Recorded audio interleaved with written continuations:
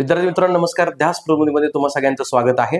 आणि काय काय झालं, आयोगाचं एक नोटिफिकेशन आलं आणि आयोगाच्या नोटिफिकेशन मध्ये तलाठीच्या जागा ऍड झाल्या की सगळीकडे तलाठी तलाठी आणि भाऊसाहेब सगळ्यांनी गोंधळ घालून टाकलाय अगदी. आणि त्याच्यामुळे तलाठीच्या जागा आल्या, तलाठीची ऍड, तलाठीची बॅच, तलाठीचा अभ्यासक्रम या सगळ्या गोष्टी सुरू झाल्या. त्यामुळं सगळ्यांना थोडंसं जागं करण्यासाठी आणि सगळ्यांना काही गोष्टींची आठवण करून देण्यासाठी हा आपला व्हिडिओ असणार आहे की आत्ताची जी तलाठीची ऍड आहे ती महाराष्ट्र लोकसेवा आयोगाच्या गट क पूर्व परीक्षा 2026 अंतर्गत घेतली जाणार आहे, ती वेगळी घेतली जाणार नाही.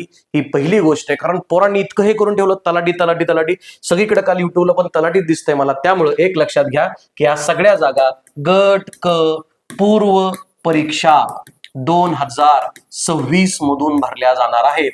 आणि सध्या 22 जुलैच्या GR नुसार या जागांची संख्या आहे 5707. त्याच्यामध्ये मग तुमच्या क्लर्कच्या सगळ्या डिपार्टमेंटच्या जागा असतील, सोबतच तुमच्या तलाठीच्या म्हणजेच महसूल सहाय्यक अधिकारीच्या जागा असतील, ग्राम महसूल अधिकारीच्या, सोबतच तुमच्या मग मला वाटतं सहाय्यक मत्स्य व्यवसाय अधिकारी, या सगळ्याच्या जागा आहेत. त्या टोटल जागा तुमच्या 5700. त्याच्यामध्ये AMVI च्या जागा आहेत.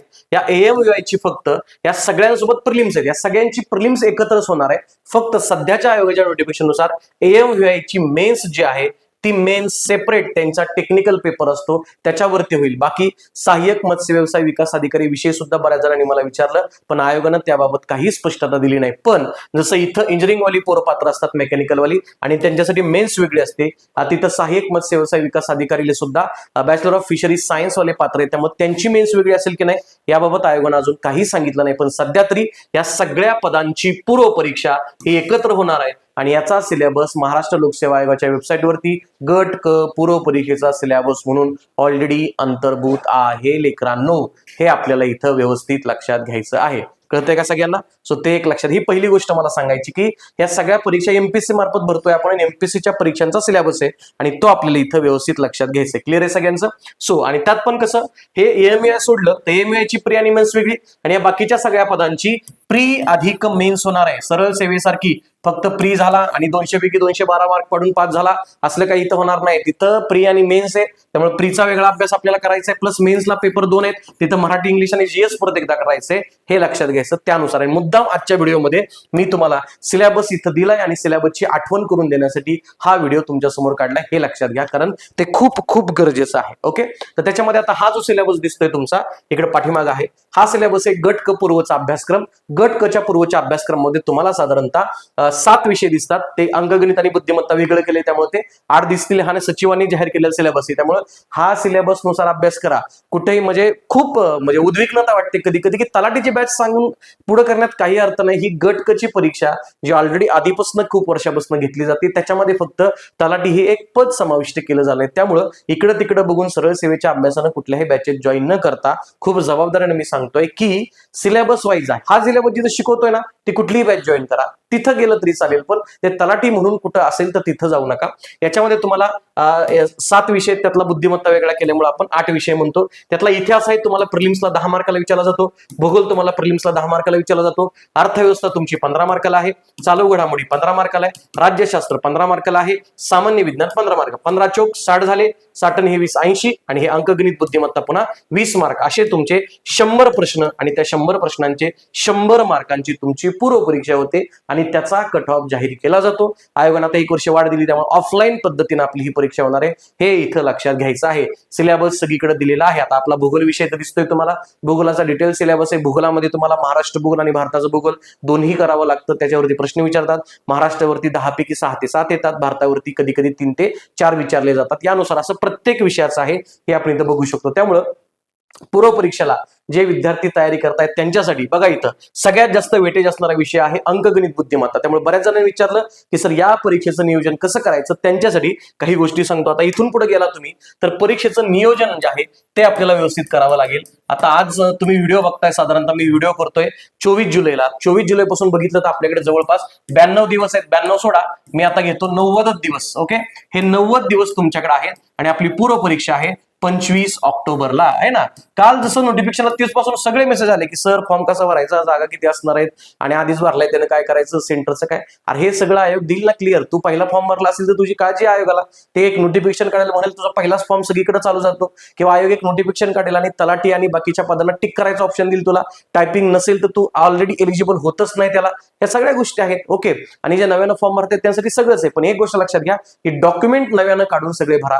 आणि हे डॉक्युमेंट मला वाटतं 25 ऑक्टोबरच्या पूर्व परीक्षेच्या तारखेपर्यंतचे असले तरीही चालतात, पण डॉक्युमेंट वसनं कुठली गोष्ट अडायला नको. ओके. तर आपल्याला 90 दिवसांचं नियोजन केलं पाहिजे.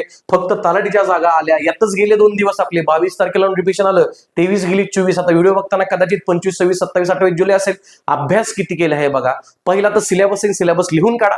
एवढे विषय मला करायचे लक्षात घ्यायचं, यातला माझा कुठला विषय चांगला आहे बघा. आता सरळ सेवेला पण हे विषय होतेच, त्याचा मराठी इंग्रजी होतं ते जाऊ दे, आता पूर्वला नाही, पण तुमचा जीएस आणि तुमचं मॅथ्स रिजनिंग हे सुद्धा तिकडे होतं. त्यामुळे आपण किती पाण्यात आहोत सरळ सेवेचे विद्यार्थी. तुम्ही हे बघा, एमपीसीची लेकरं मागच्या 5, 6, 7, 1, 2 जी काय असतील, त्याचा 5, 6, 7 मध्ये गेले होते, या सगळ्या वर्षापासून या परीक्षांचा अभ्यास करतायत. त्यामुळे त्यांना याचा अनुभव आहे. आता गडबची पूर्व परीक्षा झाली, लेटेस्ट प्रिलिम्स आपण जी म्हणतो 14 जूनला, तिथं पेपर थोडा टफ आला आणि त्यात सगळ्यात जास्त त्रास दिला मॅथ्सनं. म्हणजे अंकगणित बुद्धिमत्ता सोपं गेलं, पण मॅथ्सनं बऱ्याच जणांना अडचण केली. त्यामुळं या 90 दिवसांचं नियोजन करत असताना आपल्याला काही विषयांकडे पर्टिक्युलर लक्ष द्यायचं आहे. मी 2 सेक्शन करतो. एक करतो याचा मॅथ्स आणि रिझनिंगचा सेशन. ओके. जे की तुमचं 20 मार्कांना कॅरी करतं. हा एक विषय आहे तुमचा. अजून थोडासा टफ जातोय मागच्या 3-4 परीक्षांपासून, तो आहे तुमचा चालू घडामोडीचा विषय. ओके. जो की तुम्हाला 15 मार्कांना विचारला जातो. ओके.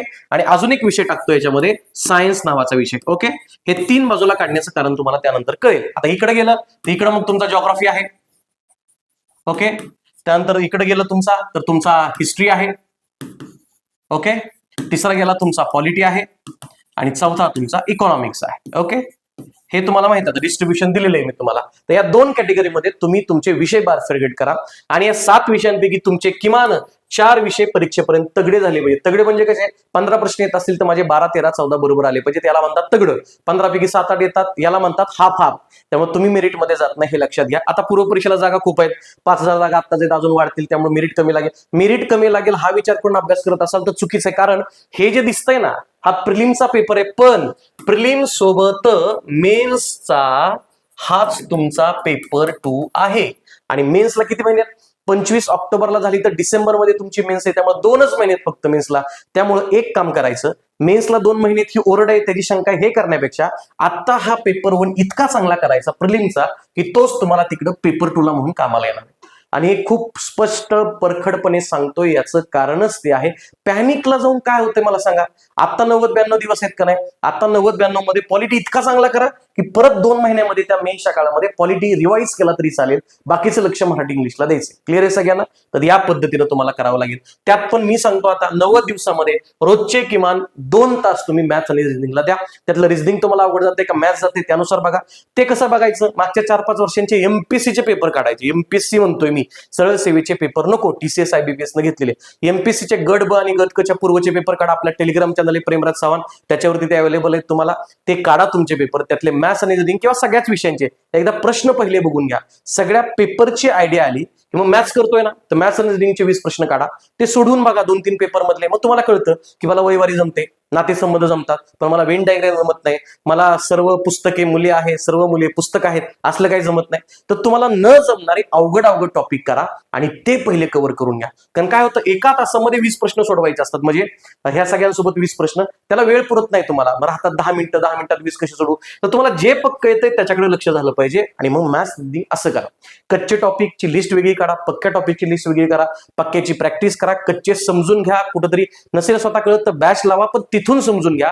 या पद्धतीने प्रत्येक विषय गेला पाहिजे. पण मॅथ्स इथून पुढे रोजचे 2 तास गेला पाहिजे.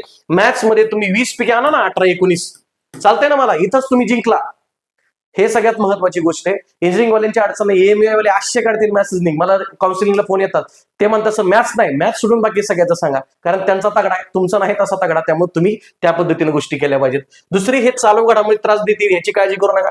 चालू घडामोडीला आयोगानं काय केलं, मागच्या दोन्ही परीक्षांमध्ये 2.5-3 वर्षापर्यंतचे जुने PYQचे प्रश्न म्हणजे डाटा विचारला चालू घडामोडीमध्ये. आपण काय करतो, कुठलं तरी सामायिक येणार, कुठलं तरी इयरबुक येणार, त्यातलं करणार. तर आता काय करायचं, आता त्यासाठी आपण आपल्या ऍपवरती करंट 365 ही बॅच लॉन्च केली. याच्यामध्ये पर्टिक्युलरली मी मागच्या 2.5 वर्षाचा कंटेंट घेणार आहे. ओके, परीक्षेपर्यंत तुमचे एक 10-12 लेक्चर असतील तेवढे पटकन करायचे आणि जायचे. पूर्व परीक्षेपुरती व्हॅलिडिटी आहे. आता ह्या बॅचची व्हॅलिडिटी तशी 1 वर्ष आहे.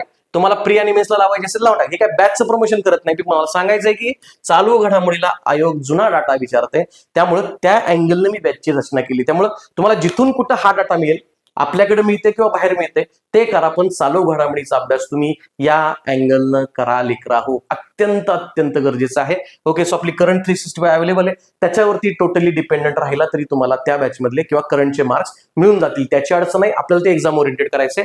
ओके, त्यानंतर पुढे येत आहे सायन्स. बघा आता तुमचं सायन्स किती तगड आहे याच्यावरती. सायन्सला 15 प्रश्न येतात आणि सायन्सच्या 15चं परत बायोलॉजी, केमिस्ट्री आणि फिजिक्स असं बायफर्गेशन त्यांनी केलेलं आहे. त्यामुळे तुम्ही किती पाण्यात हे तुम्हाला माहित असतं. मला माहित नाही किंवा दुसऱ्याला कोणाला माहिती आहे, तुमच्या मित्राला माहित नसतं. तुम्हाला सायन्स किती जमतं हे तुमच्या मनाला विचारा. आणि जमत नसेल तर आता वेळ फार नसेल तरी एखादी फास्ट ट्रॅक बॅच कुठली असेल तर छानपैकी लावून घ्या. पुस्तक तुम्हाला स्वतः वाचून जमतंय का हे मी खूप रिस्पॉन्सिबली सांगतो या सगळ्या गोष्टी. मी ना कुणाचं प्रमोशन करतोय ना माझ्या बॅचेसचं प्रमोशन करतोय. परीक्षेमध्ये 90 दिवसात काय केलं पाहिजे याचा आराखडा तुमच्या समोर मांडतोय. नसेल जमत ना सायन्स तर कुठली तरी बॅच लाव, समजून घे. आणि सायन्समध्ये तू 15 पैकी 10+ जायचा प्रयत्न कर, तर तू स्पर्धेत असणार आहे. 5, 6, 7 मार्क पाडून जमणार नाही. आता स्पर्धा प्रचंड आहे हे लक्षात घ्यायचं, कारण हेच सायन्स पुन्हा मेन्सला आहे, सायन्स अँड टेक्नॉलॉजी म्हणून. तिथं गडबड आहे पुन्हा एकदा. क्लिअर आहे सगळ्यांना. सो त्या अँगलनं प्रश्न आपल्या इथं जमले पाहिजेत. सो सायन्सला बघा, तुम्ही सायन्सची स्टँडर्ड पुस्तकं वाचा. मार्केटमधले एखादी फास्ट ट्रॅक बॅच असेल तर ती करा, पण करायला पाहिजे हे लक्षात घ्या.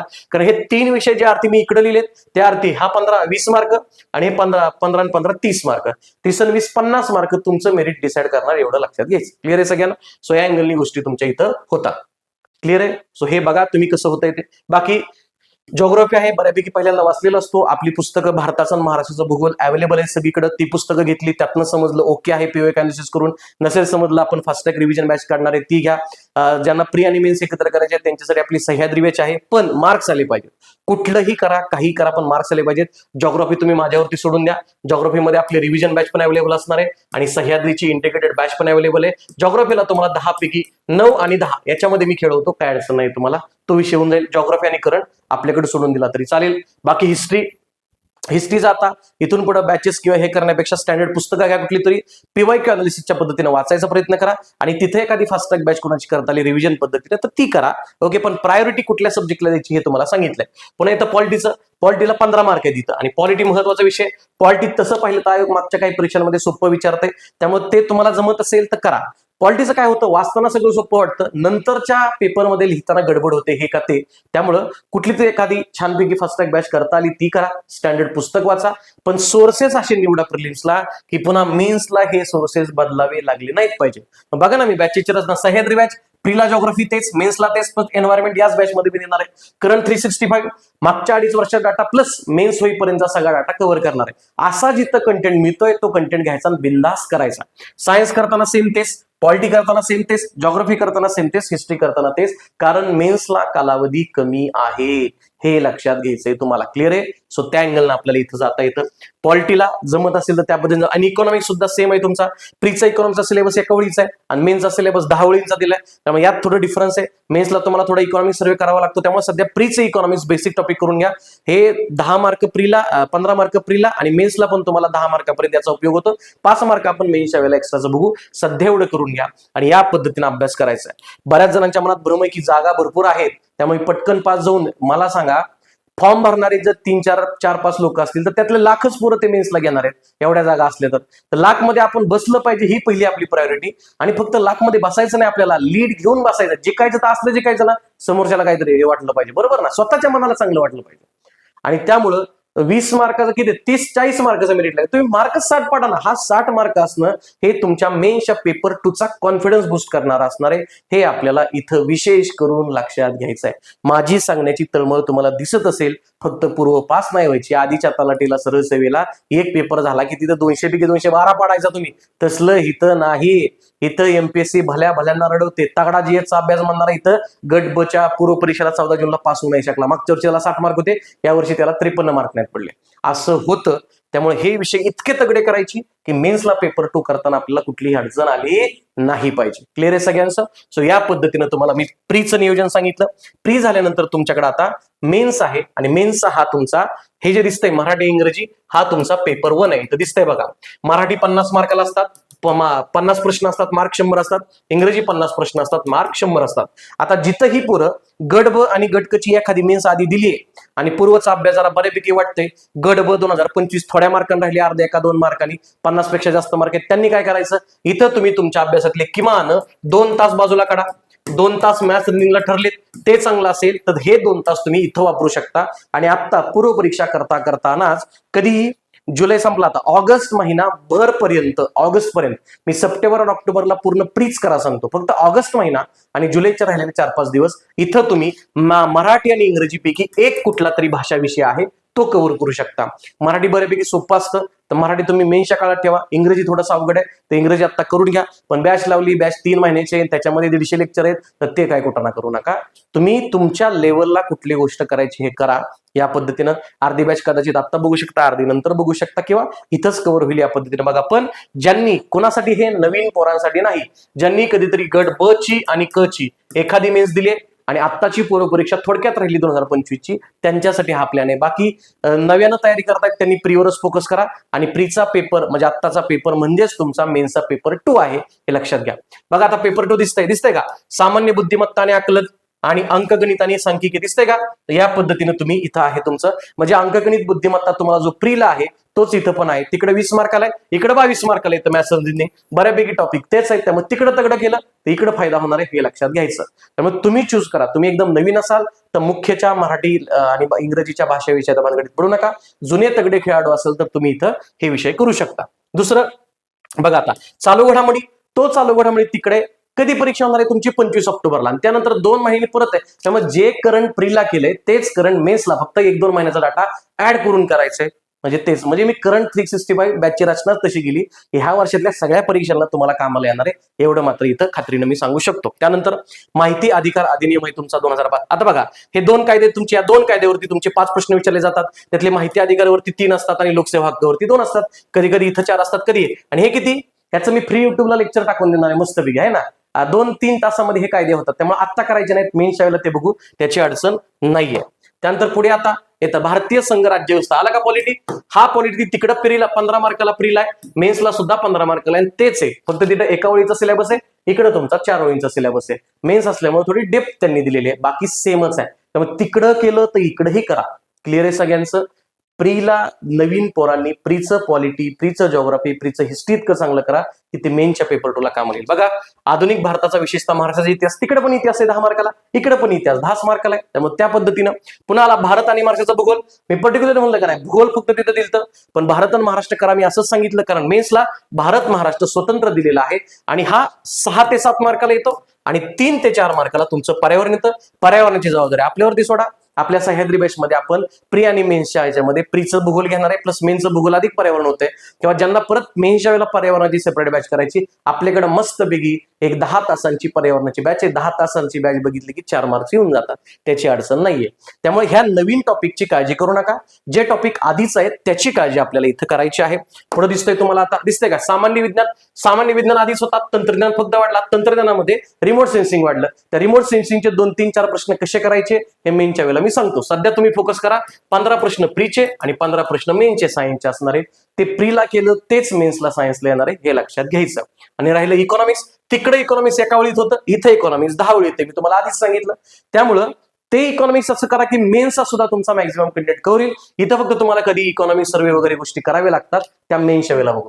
म्हणजे मेन्सला नवीन काय आहे जीएस मध्ये, इकॉनॉमिक्स मध्ये इकॉनॉमिक्स सर्वेचे 2-3 प्रश्न, भूगोलामधला पर्यावरण, सायन्स मधलं टेक्नॉलॉजी म्हणजे ICT आणि रिमोट सेन्सिंग, आणि माहिती अधिकाराचे कायदे. याच्या पलीकडे नवीन काहीच नाही. या सगळ्या मिळून 15 प्रश्न धरू आपण, सगळ्यावर मिळून. बाकी 85 मार्काचा सेम आहे. कोणी असं म्हणलं सगळं सेम आहे, तसं नाही, नवीन करावं लागते. 85 मार्क जीएस जो प्रीला करतोय तो मेन्सला सेम आहे. मराठी इंग्लिश फक्त नवीन येतो, ते जुन्या नव्यांनी कसं करायचं तुम्हाला मी सांगितलं. नवीन पोरांनी तर फक्त प्रीचाच अभ्यास करा मेन्सच्या अँगलनं. आणि जुन्या पोरांनी ज्यांनी कधीतरी मेस दिली गडवानिकाची त्यांनी मात्र असं करा की मराठी इंग्लिश पैकी कुठला तरी एक तुम्ही तुमच्या पद्धतीनं उरकून घ्या, पण तो कधी ऑगस्टमध्ये. सप्टेंबर आणि ऑक्टोबरला त्याला हात लावायचा नाही. तिथं प्री करायची, जीएस वरती कमांड आणायची, कारण एका तासात 100 प्रश्न सोडवायचे म्हणजे तिथं खरी कसोटी आपली. ओके, तर त्या पद्धतीनं व्यवस्थित पद्धतीनं आपण इथं गोष्टी करू शकतो. इथपर्यंत सगळे आले. सो ह्या गोष्टी आपल्याला इथं अत्यंत महत्वाच्या आहेत, ते आपण चांगल्या पद्धतीनं बघू शकतो. क्लिअर आहे सगळे? अजून तुमच्या काही शंका असतील तर बिंदासपणे विचारा. आपला नंबर तुम्हाला दिलाय 95 12 इथं. ओके, या अँगलला करा. फक्त एक लक्षात घ्या पोरांनो, आपल्याला पास व्हायचे, पास, आणि पास व्हायचं असेल तर अभ्यास करावा लागतो, आणि अभ्यास करायचा असेल तर इथून पुढे म्हणजे लेक्चर जेव्हापासून बघताय किंवा ऍड जेव्हापासून आली तेव्हापासून दिवसाचा 10-12 तास लायब्ररीमध्ये स्वतःला कोंडून घे डेस्क समोर आणि तसा अभ्यास कर. नाही तर 4-5 तास दिलो बघतो आणि बाकीचं हे करतो, त्याने काही होत नाही तुझं. तुला अभ्यास करावा लागेल. अभ्यासाला पर्याय नसतो. आत्ताला तिच्या जागा आल्या त्याच्याकडेच बघत बसला, तसलं चालत नाही. ते आता हे नाही सरळ सेवा इकडे तिकडे, ही एमपीएससी. आणि एमपीएससी काय असतं ना हे सरळ सेवेच्या पोरांना पेपर दिल्यावर कळेल. हे खूप ह्याला सांगतो, आम्ही त्यात मुरलेलो आहोत आणि जी एमपीएससी करतात त्यांना पण माहिती आहे. एमपीएससी जाग्या आणून ठेवते तुम्हाला, बरोबर ना? तुम्ही किती म्हणत असला मला हे जमतं ते जमतं, तसं नसतं. एमपीएससी ला स्वतःची एक डिग्निटी आहे आणि ती जपते प्रत्येक पेपरला. हे आपण इथं बघू शकतो. त्यामुळे छानपैकी अभ्यास करा. 10-12 तासाचं नियोजन असेल तर आपले ठरले 2 तास तुम्हाला मॅथ्स आणि रिजनिंगला द्यायचे. 9 जुने कुणी असू द्यात, इथं तुम्हाला 17, 18, 19 पर्यंत जायचंय. त्यानंतर 2 तासामध्ये तुम्ही सायन्सला आपण एक चांगलं महत्व दिलं आणि करंट अफेअर्स आपल्याला करायचं ठरलं होतं. त्या 3 विषयांकडे चांगलं लक्ष द्यायचंय. बाकी हिस्ट्री आहे, जिओग्राफी आहे, पॉलिटी, इकॉनॉमिक्स इतकं तगडं करा की मेन्सला तुम्हाला परत करता कामा नये. आणि ज्याच्या गरजेच्या आहेत त्याच्या फास्ट ट्रॅक रिव्हिजन बॅचेस करून घ्या. जिथं प्री आणि मेन्सच्या एकत्र बॅचेस अवेलेबल आहेत तितक्या सुद्धा तुम्ही करू शकता. करंट सारखा विषय आहे तो प्री आणि मेन्सला दोन्हीकडे आहे, तर त्या पद्धतीने आपण करू शकतो, कारण डाटा तोच येणार आहे. या अँगलनं गोष्ट आहे, तर या पद्धतीनं तुम्हाला या सगळ्या गोष्टी करता येतील.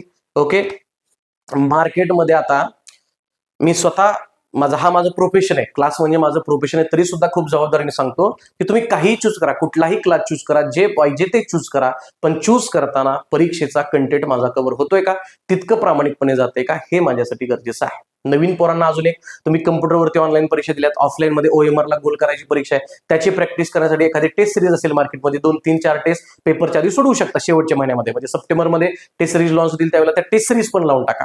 म्हणजे सगळं नो स्टोन अनटर्न नावाची एक इंग्लिशमध्ये तुमची फ्रेज आहे. तर कुठलीच गोष्ट करायची ठेवायची. नंतर असं वाटायला नको हे केलं असतं ते केलं असतं तर पास झाला असतो. नंतर तुम्हाला ब्र शब्द काढायला सुद्धा वेळ नसतो. एकदा वेळ गेली की सगळं माघार येतं, पण वेळ हातातली माघार येत नाही. ही तळमळ तुम्हाला लेक्चरमध्ये दिसतं. मी लेक्चर तसा शांत असतो, पण आजच्या लेक्चरला का, कारण मला इतके मेसेज आले काउन्सिलिंगच्या नेचर, मी सगळीकडे बघतोय. हे काय तलाठी अरे जागा वाढल्या, ओके ठरलं, फिक्स झालं, ते अजून जागा येणार हे पण सांगतो मी तुम्हाला. चला 5707 येतात, त्याच्यामध्ये किमान 2,500-3,000 जागा वाढतील. चला 8-9-10,000ची ऍड होईल. तू कुठे सांग मला, तुझा अभ्यास किती? बरं प्री पास होशील, मेरिट कमी लागलं होत्या. मेन्सचं काय? मेन्सला पेपर 1 आणि पेपर 2 आहे ना परत भाई, आणि तुला करावं लागेल ना, तर त्या अँगलनी करा. AMYची लेकरं तुम्ही प्रीला चांगले मार्क पाडाल, मेन्सला तुमचं वेगळे, तर तुम्ही AMYची लेकरं मेन्सचा तुमचा जो पेपर आहे त्यातला एखादा कंटेंट आता करता येतो का ते बघा. आणि आधी कुठली ती दिली असेल ना 18-19-20च्या ज्यावेळेला AMY आलं तर त्यावेळेला काय अडचण आहे तुम्ही त्या पद्धतीने करू शकता. काही अडचण आली तर माझा नंबर दिला इथं 95 अकॅडमीचा, त्याच्यावरती मेसेज करा. आपला टेलिग्राम चॅनल सांगितलाय प्रेमराज चव्हाण, या टेलिग्राम चॅनलवरती तुम्ही सगळी माहिती बघू शकता. आणि आपलं प्ले स्टोअरला ऍप आहे ध्यास प्रबोधिनी, या ऍपला तुम्ही जॉईन करा. त्याच्यावरती तुम्हाला करंटची आणि जिओग्राफीची सगळी डिटेल बॅच मिळेल, ती तुम्ही जॉईन करू शकता. या प्रवासामध्ये काही अडचण आली तर आम्ही तुमच्या सोबत आहोत. छानपैकी अभ्यास करा. सगळ्यांना महाराष्ट्र MPSCची तुमची संयुक्त गट क पूर्व परीक्षा, अधिक मुख्य परीक्षा आणि अंतिम निकालात येण्यासाठी अत्यंत शुभेच्छा आहेत. भाऊसाहेब लक्ष देताय ना, छानपैकी अभ्यास करा. All the very best.